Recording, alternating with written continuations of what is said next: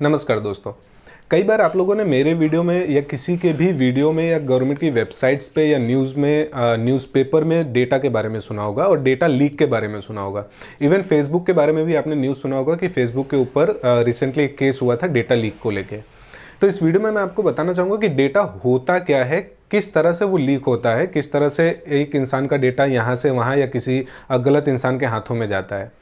तो सबसे पहले देखते हैं कि डेटा होता क्या है। तो ऐसी कोई भी जानकारी जो आपकी पहचान करवाती हो या आपके किसी एक खास आदत की पहचान करवाती हो, वो डेटा होता है। तो कई बार जब हम डेटा का नाम सुनते हैं तो हमें ये लगता है कि नहीं यार, बैंक का जो डिटेल है वो डेटा है, या हमारे क्रेडिट कार्ड का जो डिटेल है वो डेटा है, या डेबिट कार्ड का डिटेल हमारा डेटा है। ऐसा नहीं है। फाइनेंशियल डेटा ही डेटा नहीं होता। इवन आपकी पर्सनल डिटेल भी आपका डेटा है। आप कहाँ रहते हैं, किस जगह आप खाना पसंद करते हैं, किस तरह की कॉफ़ी आपको पसंद है, आपका नाम, आपका नंबर, ये पूरा एक डेटा होता है। इस पूरे डेटा का यूज़ किया जा सकता है आपको फ़ायदा या नुकसान पहुंचाने के लिए। अब देखते हैं कि ये लीक कैसे होता है, कैसे हमारा नाम, हमारा कॉन्टैक्ट नंबर, हमारा ईमेल आईडी या बैंकिंग डिटेल्स लोगों के पास पहुंच जाती है। अब मान लीजिए कि आप किसी एक कॉफ़ी शॉप में गए हैं कॉफ़ी पीने के लिए।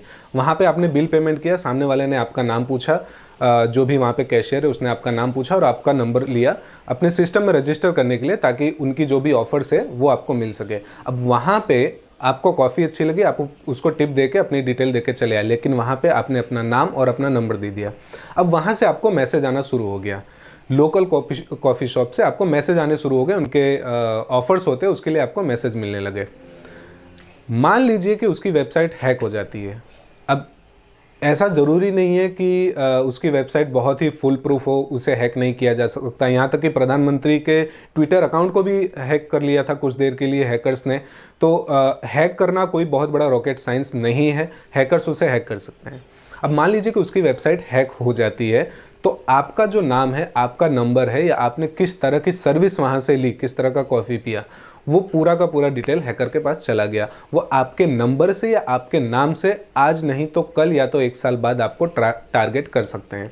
ठीक वैसे मान लीजिए आपने कोई भी डिटेल गूगल पे सर्च की। अब गूगल पे आप एक वेबसाइट पे गए जहाँ पे ये दिखाता है कि पूरा का पूरा आर्टिकल पढ़ने के लिए आपको इस वेबसाइट पे लॉगिन करना पड़ेगा। लॉगिन करने के लिए आपने अपने ईमेल एड्रेस का यूज़ किया। वो ईमेल एड्रेस उस वेबसाइट के पास चला गया। अब मान लीजिए कि वो वेबसाइट हैक हो गई, तो आपका ईमेल एड्रेस भी जो है वो लीक हो सकता है। और वो ईमेल एड्रेस आपके बैंक से रजिस्टर हो सकता है, वो ईमेल एड्रेस आपके अदर जो भी फाइनेंशियल एप्लीकेशंस हैं या कोई अलग डिटेल्स हैं वहाँ पे रजिस्टर हो सकते हैं, तो जिसके थ्रू भी आपको टारगेट किया जा सकता है। और आप देखेंगे कि आपके ईमेल आईडी पे, भले आप गूगल यूज़ करें, जीमेल यूज़ करें या याहू यूज़ करें, उस पर बहुत सारी ऐसे ऐड आते रहते हैं या बहुत सारे ऐसे ऑफर आपको आते रहते हैं जो आपको याद भी नहीं होगा कि आपने कब इसके लिए रजिस्टर किया था या कब इसके लिए आपने रिक्वायरमेंट जनरेट की थी। इसके बाद मान लीजिए कि आप सोशल नेटवर्किंग साइट पे हैं, फेसबुक हो गया, ट्विटर हो गया, यहाँ पे भी आप किसी से भी अपना डेटा शेयर करें, नाम नंबर शेयर करें, तो वहाँ से भी लीक होता है। इसके अलावा एक ऐसी बहुत ही इंपॉर्टेंट चीज़ है जो हम मिस कर देते हैं कई बार, कि मान लीजिए आप अपने किसी भी डिटेल का फोटोकॉपी करवाने गए, आप आधार कार्ड या बैंक पासपोर्ट का फोटोकॉपी जेरोक्स निकलवाने गए हैं। अब वहाँ पे पहली जेरोक्स अच्छी नहीं आई है, तो सामने वाला बताएगा सर दूसरी कॉपी निकाल देता हूँ। आप दूसरी जो अच्छी कॉपी आई है उसको लेके चले जाएंगे और पुराना डेटा वहीं पे पड़ा रह जाएगा, पुरानी एक जेरोक्स कॉपी वहाँ पे पड़ी रह जाएगी। अब इसमें दो नुकसान होता है, या तो सामने वाला उस डेटा को बेच सकता है 1 रुपये 2 रुपये में, मार्केट में डेटा का बहुत बड़ा बिजनेस है और बड़ी बड़ी कंपनियां इसमें इन्वॉल्व हैं। तो या तो सामने वाला उसे बेच सकता है, या तो मान लीजिए कि उसने उसे फेंक दिया और वो किसी ऐसे इंसान के हाथ लग गई जो उसका यूज या मिसयूज कर सकता है, तो वहां से भी आपकी गलती की वजह से ये डेटा लीक हो गया। तो ऐसे बहुत से रास्ते हैं जहां पे जाने अनजाने में हम अपना डेटा, अपनी जानकारी लीक कर देते हैं। तो हमने देखा कि डेटा होता क्या है और किस तरह से वो लोगों के पास जाता है, किस तरह से स्कैमर्स को उसका एक्सेस मिलता है। तो मैं आपको यही बताना चाहूँगा कि मैक्सिमम ट्राई करिए कि जहाँ पे भी आप जा रहे हैं, आपसे कभी जाने या अनजाने में आपकी जानकारी लीक ना हो। ऐसे लोगों के साथ शेयर मत करिए जिन्हें आप पर्सनली नहीं जानते या जिन पे आप ट्रस्ट नहीं करते।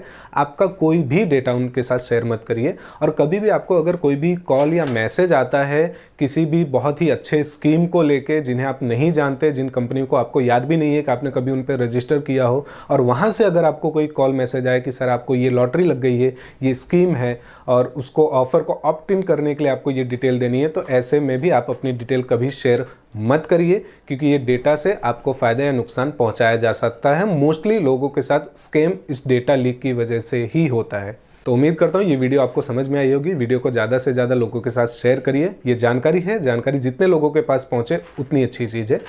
मिलते हैं अगली वीडियो में एक नई जानकारी के साथ, एक नए कॉन्सेप्ट के साथ। तब तक के लिए थैंक यू।